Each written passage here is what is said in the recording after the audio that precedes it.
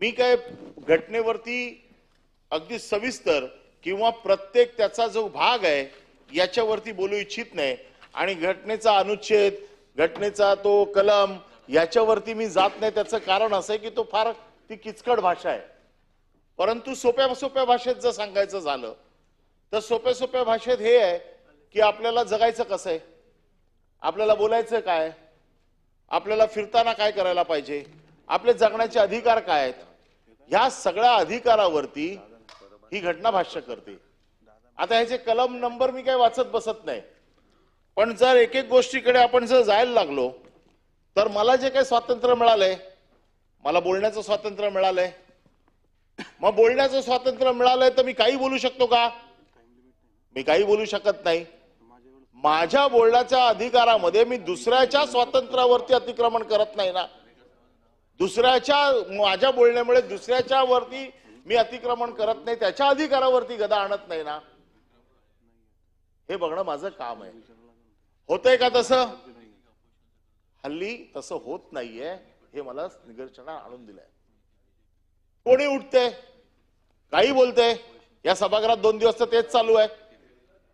कोणी उठते आपल्या आराध्य दैवतांची विडंबना करते, कोणी उठते राजकीय पक्षाच्या नेत्यांची विडंबना करते, कोणी उठते सगळ्या ज्यांचं मानाचं स्थान आहे अशा लोकांची विडंबना करते। हा अधिकार दिला कोणी त्यांना? या अधिकाराच्या बाबतीमध्ये सोयीचं राजकारण बघू नका, न्याय हा सगळ्यांना आहे। कारण घटनेचा मूळ जो पाया आहे हा समानतेचा आहे, हा समानतेचा पाया आहे। तुम्हाला आणि मला समान अधिकार आहे, धर्माच्या सगळ्या लोकांना समान अधिकार आहे।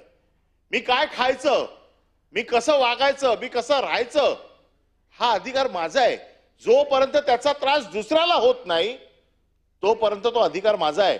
मी काय खायचं, हल्ली काय झालंय, मी मांसाहार खायचा नाही आणि मी जर मांसाहारी असेल तर मला सोसायटीमध्ये घर मिळणार नाही।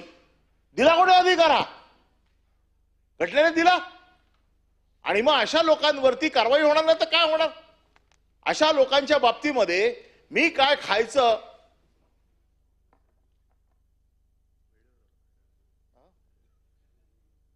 मी काय खायचं हा अधिकार कोणाचा आहे? माझा आहे ना। माझ्या अधिकारावरती गदा आणणारा कोण आहे? एक समाज उठतो आणि सांगतो की मांसाहारी लोकांना या सोसायटीमध्ये राहायला देणार नाही का, तर ते मांसाहारी आहेत म्हणून। हा अधिकार दिला कोण? मटण कुठलं, झटक्याचं खायचं का हलालचं खायचं हे देखील आता मंत्री ठरवायला लागलेत। हा कायदा कोणी आणला? नाही, तुम्ही व्हेज आहात पण कृत्य सगळी नॉन व्हेज आहेत।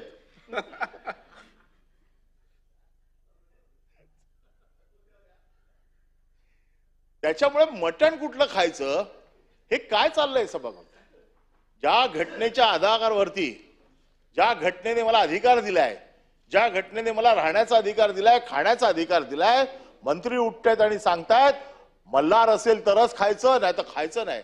म्हणजे तुम्ही काय करताय? 2 धर्मामध्ये तुम्ही तेढ करताय, 2 धर्मामध्ये तुम्ही फूट पाडताय। ज्या काय आता सध्या जे काय महाराष्ट्रात वातावरण आहे, जातीय दंगलीच्या पार्श्वभूमीवरती वातावरण तयार केलं जाते। आम्ही देखील हिंदू आहोत आणि हिंदू असल्याचा मला सार्थ अभिमान आहे। हिंदू असल्याचा मला बिलकुल दुःख नाही, अभिमान आहोत।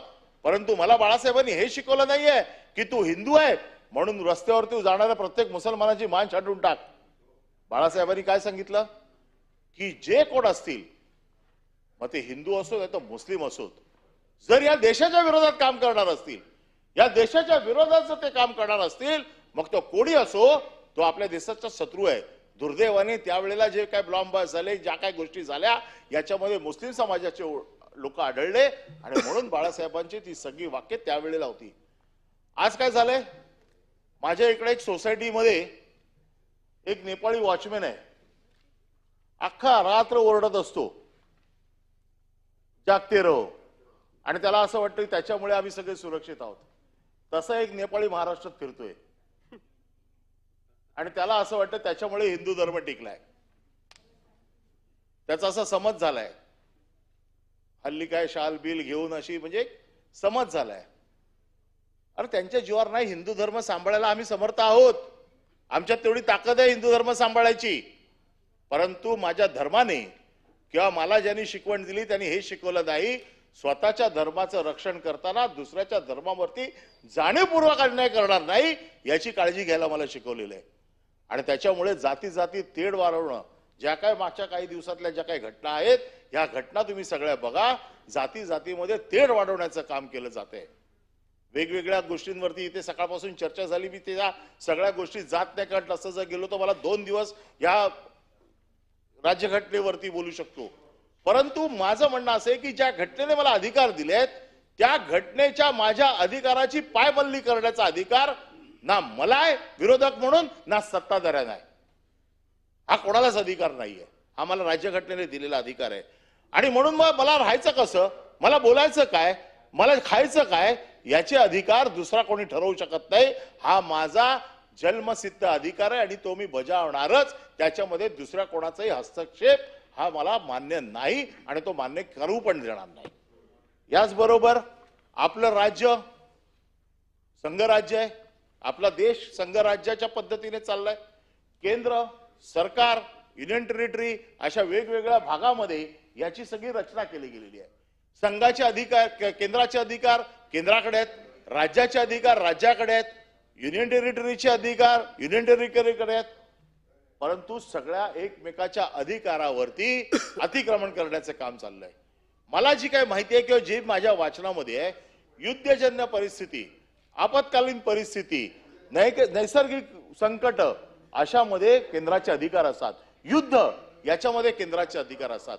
बाकी सगळे अधिकार हे राज्यांकडे असतात. परंतु आणि राज्यांना मदत करणं, राज्यांचा निधीचा समानता राखणं, राज्यांना उत्कर्ष राज्यांचा होण्यासाठी त्यांना जी काही मदत लागणं ती देणं, परराष्ट्र धोरण आखणं, ह्या गोष्टी केंद्राच्या अखत्यारीत येतात.